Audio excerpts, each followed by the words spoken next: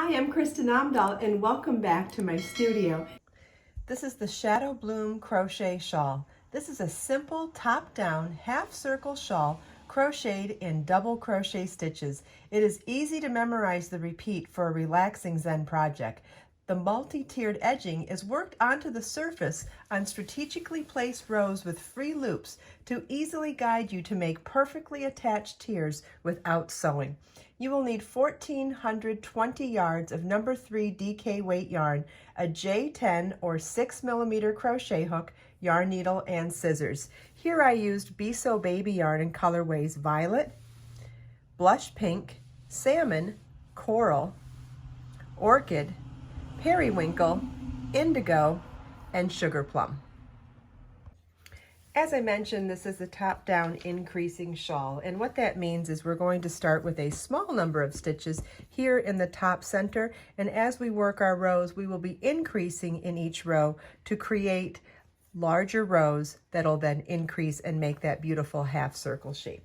So let's get started. We start with our yarn and our crochet hook.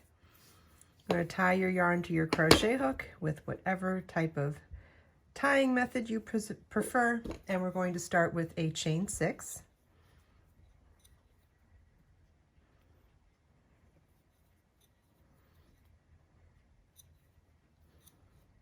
And slip stitch to the 6th chain from your hook to form a ring. Row 1 begins with a chain 3, which counts as a double crochet, and then we're going to work 6 double crochets in the ring. Yarn over your hook, insert your hook in the ring, yarn over, pull up a loop, yarn over, pull through 2, yarn over, pull through 2.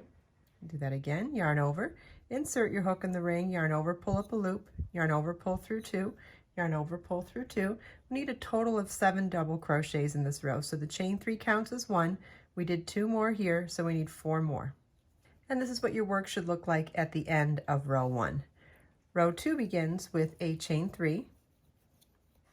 Turn your work and work 1 double crochet in the first stitch. So the chain 3 and the double crochet count as 2 double crochets for that first stitch.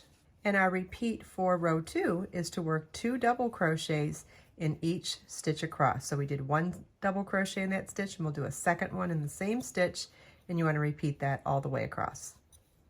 And this is what your work should look like at the end of row 2. Row 3 begins with a chain 3, which counts as a double crochet. Turn our work, 1 double crochet in the same stitch.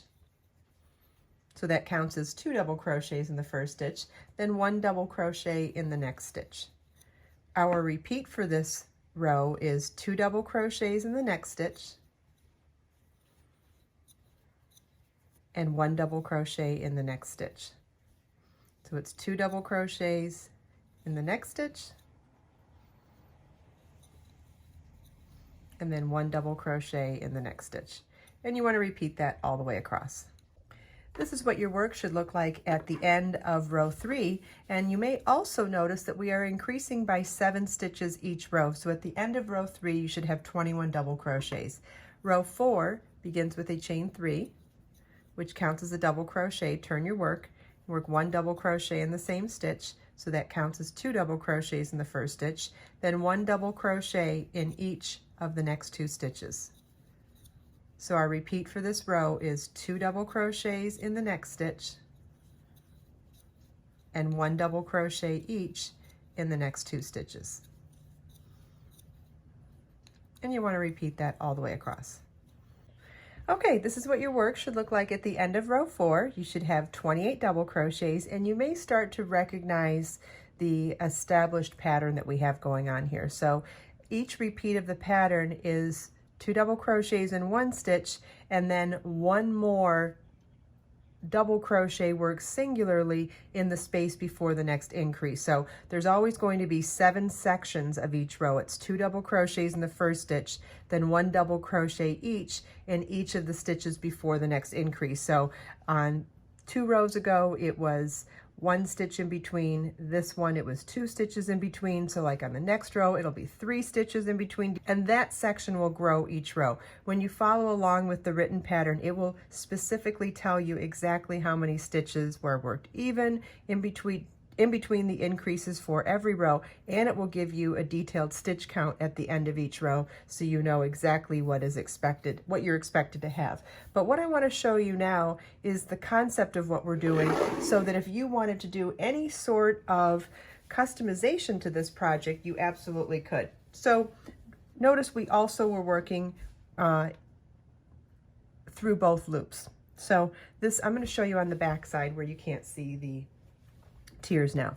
So we work through both loops of the stitches for the first section of the shawl, and then we get to the lower section where the pattern's going to tell you to work in the exact same established pattern with 7 increases per row, but we're going to work through the back loop only on the rest of the rows, and that's so that we have that free loop here along every other row, and that's what we're going to use to crochet right onto the fabric to add the tiers to the shawl. Isn't that wonderful? So that will end up being the guide that you need. Now, why am I showing you this instead of just showing you how to do it? That's because what if you didn't want 7 tiers here? What if you only wanted 3? What if you only wanted 2? What if you wanted to start the edging all the way up? I mean, you could change this in so many different ways just by deciding where you put those, where you start working through the back loop only.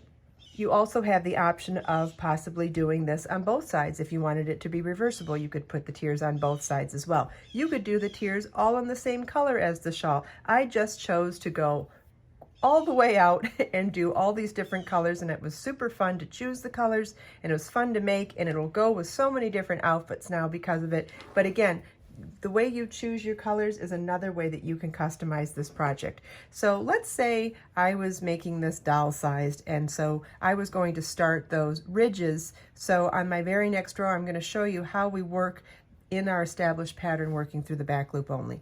So we'll start just like the rest of the rows, chain 3, turn our work, work 1 double crochet in the same first stitch, only this time I'm going to work through the back loop only. Notice we normally work through both loops. I'm going to only choose the back loop to work my second double crochet. So that counts as 2 double crochets in the first stitch. Then our repeat for this row is 1 double crochet into each of the next 3 stitches, but it'll be in the back loop only. And again, if you want to make the shawl the very same size as mine, you would do this, you would work through both loops until the row that it tells you in the pattern to work through the back loop only. But I'm making a reduced size sample to show you that you can customize this any way you like. Okay, so our repeat for this row now is going to be 2 double crochets through the back loop only in the next stitch, and 1 double crochet through the back loop only in each of the next 3 stitches. And I'm going to repeat this all the way across, and I will be repeating to work in the established pattern, but through the back loop only for several more rows for my sample. Okay, so I did a few more rows with the back loop only technique while maintaining my established stitch pattern, and there's a few really exciting things I want to share with you about this pattern before I go any further. First of all, you may decide that you like this texture better than that texture and make the whole shawl through the back loop only. That's fine too. I just did it this way to show you multiple options. Also, we're about to do the first row of the edging. You could absolutely make this all solid, all through the back loop only, and just do the 1 row of edging and not do any tiers. You've got that option as well. You could also make as many or as little rows of edging as you want, and here's the really exciting part if you're going to customize the tiers and the edging or any of that. Every single row on this pattern is a multiple of 7, and the edging I designed is a multiple of 7. So you can work an even number of repeats of the edging on any row of this shawl. Even if you made this doll sized, it is perfectly, it has the perfect number of stitches on every row to work the edging. How awesome is that? So sky's the limit with all the different ways you can customize this. I hope you enjoyed this video. If you have any questions at all, please feel welcome to leave them for me in the comments. And if you check out the video description, I've provided links for everything we talked about in this video. Let us make time to create, share, and inspire today and every day. I'll see you in the next video.